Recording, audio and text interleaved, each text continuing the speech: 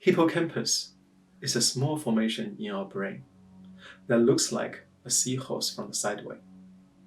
It is a key component for us to form new memories. In 1960s, a man called Eugene lost his hippocampus because of an accident. He and his wife moved to a new place to be part of a scientific research. His wife normally takes him for a walk every day, but one day she forgot to do so. When she realized Eugene has disappeared from the house, she rushed to the street and shouted and screamed Eugene's name. And she couldn't find him. She cried after 15 minutes of searching for him. She rushed back to her house and tried to call police. But after she entered the living room, she found Eugene is sitting on the couch and watching the historical channel. Eugene had no memory of taking a walk or the content of the program. So how did he manage to come back home? Hi everyone, I'm Tim. Today we're going to talk about how to learn. To learn anything effectively, you need to memorize, apply, and execute. Let's talk about memorize first. Psychologists found that people can normally remember 7 plus minus 2 items. Recent research shows we probably can only remember 5 plus 2 minus 2 items. But obviously, we can remember movie, songs, long story. So how do we manage to do that? It turns out we have subconsciously used a technique called chunking. There are 860 billion neurons in our brain.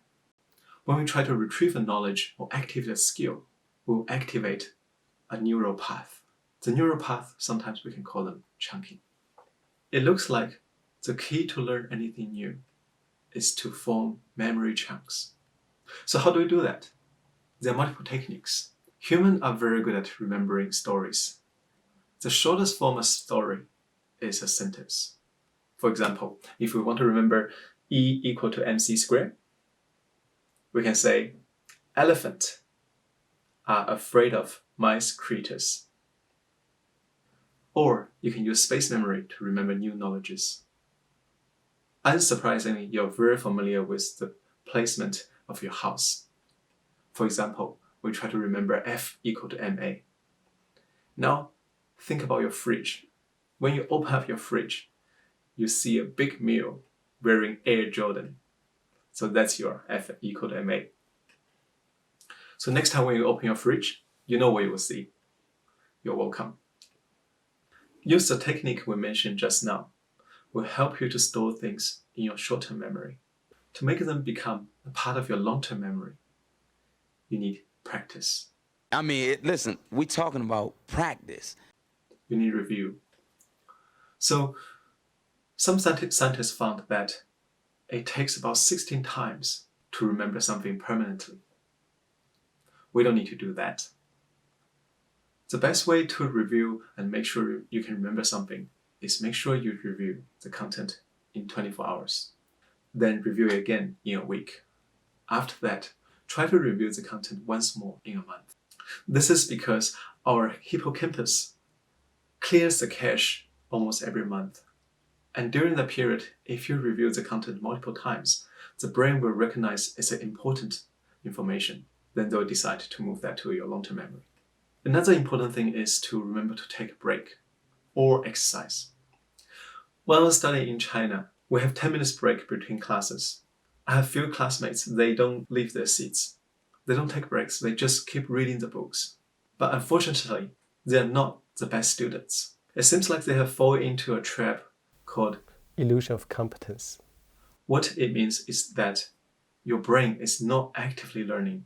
Repetitively reading the content does not guarantee you will remember the content. What they should have done probably is get away from the textbook and retrieve the content while they're taking a break or taking a walk. And exercise is especially important.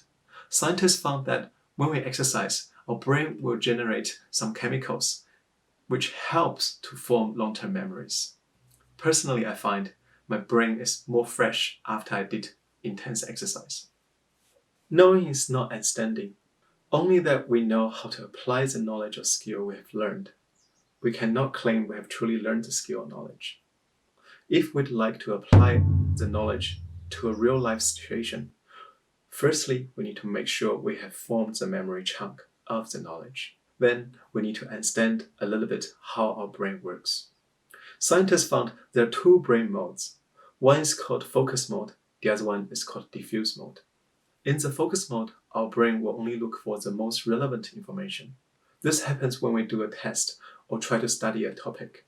In contrast, in the diffuse mode, our brain will search many different things that's not relevant to what you're doing now. That happens when we are relaxed, like when we take a walk or having a shower. It is also the time we come up with the most innovative ideas. By knowing this, we can use it to solve difficult problems in real life. When we look at something, we don't have the answer instantly. We could take a break, sleep on it. Your brain will do a much wider search subconsciously. So when you look at this problem again, the solution will emerge from your brain. This is also a useful technique for taking a test. You can go through all the questions first, load them to your brain, and start with the easiest one. After you finish them, when you look at the difficult question again, you might be able to look at it from a different perspective or seeing the big picture. We know how to memorize, apply, but if we don't do anything about it, we'll never actually learn the skill or knowledge. Let's see how we can execute our learning plan. Procrastination is a common trait everyone has. Scientists found we procrastinate because we can feel a real pain in our brain when we think about something we don't feel like to do. To overcome this, instead of thinking of the final goal, we can focus on the process, which is a much easier task to do. For example, if you'd like to finish your thesis, instead of thinking about finishing this thesis, think about, I'm going to spend 25 minutes on this. It'll be a much easier goal to reach. Keep repeating this process. Eventually, you'll achieve your goal. Our brain resource is finite during a day. The best way to avoid procrastination and not use up our brain resource is forming a habit. In 1960s, Eugene lost his ability to form new permanent memory, but he managed to take a walk by himself and come back home safely. How did he do that? That is the power of habit. Eugene and his wife moved to this new place. His wife took him for a walk every day. Unconsciously, Eugene formed this habit. Without having the spatial memory, Eugene was able to come back home simply using this habit. So how do we form a new habit? To form a habit, we need cue, routine, and reward. Also, you need to be able to believe in yourself. Cue means the same kind of hint. It can be the same study environment, same lighting, same seat, or same alarm. Once that happened, make sure you do the exactly same routine. After that, also reward yourself a little bit, maybe with 5 minutes of YouTube, or take a walk, have a cookie. Repeating this process, you'll be able to form a habit. Some research showed the process may take from 21 days to 250 days. But make sure you believe in yourself, you can do it. There are many different kinds of brains. There are fast ones and slow ones. There are brains that are good at the focus mode, and there are brains that are good at the diffuse mode. The people who are good at the focus mode, who are faster, more focused. The people who are good at the diffuse mode are more innovative. There are no good brain or bad brains. Some of the best scientists in the history are not the brightest. The only attribute that consistently contribute to their success is their perseverance. The content of this video is mostly based on Barbara Oakley and Terence Snosky's Learning How to Learn course on Coursera. This is the first video of my self-improvement series. I'd like to share more of my learnings every week in the future. If you're interested in why I started this channel, you could look at the vision video. If you'd like to know my short-term and mid-term plan of this channel, you can look at the channel introduction video. Learn to change myself, educate to change the world. I am Tim. Thank you for watching.